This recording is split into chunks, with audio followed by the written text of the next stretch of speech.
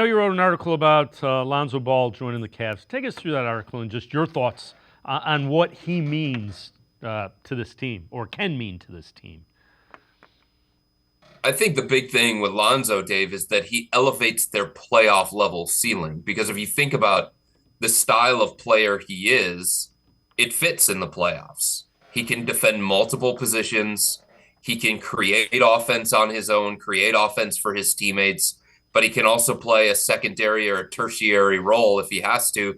He can knock down outside shots. If you remember when he came into the NBA, Dave, he had that funky looking jump shot, and he has really worked throughout the course of his career to correct that and make himself a respectable and reliable three-point shooter. And he's a high volume three-point shooter as well. So 37 to 40% from somebody who takes 6 to 8 threes a game, that's really, really good.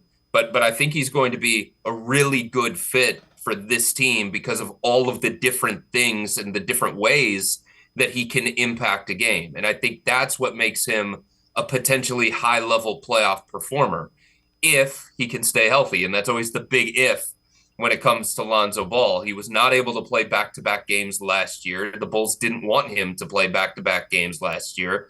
They obviously limited his minutes. It's something that the Cavs are going to have to look at as well. But I've been using this comparison, Dave, since even before the Cavs went out and traded for Lonzo. I brought it up as a potential trade acquisition for the Cavs throughout the course of this offseason on the Wine and Gold Talk podcast. To me, Lonzo can have the kind of impact. I don't care about production.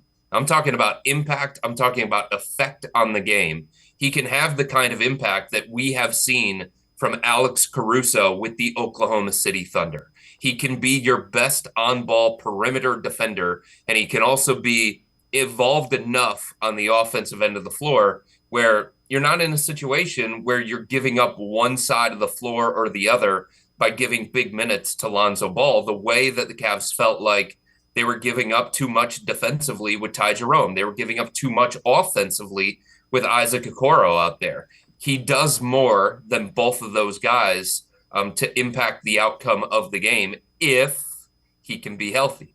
All right. And important to note, was a wrist injury, not necessarily the knee last year. So that the knee being good, that's a step in the right direction.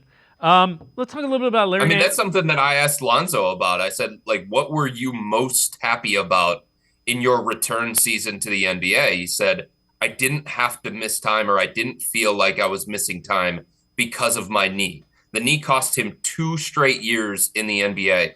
It almost cost him his career, but he didn't feel like that was problematic. He didn't feel like there was something that the knee was preventing him from doing or being the player that he felt like he could be. I do think, Dave, as you brought up, I think it's a good sign, if there is a good sign for missing games, it's a good sign from Lonzo's perspective that what cost him time last year wasn't the thing that prevented him from playing 2 straight years in the NBA. When it's a wrist as opposed to a knee, you know, the knee is the thing that is troublesome for him. The knee is the thing that you have to be aware of.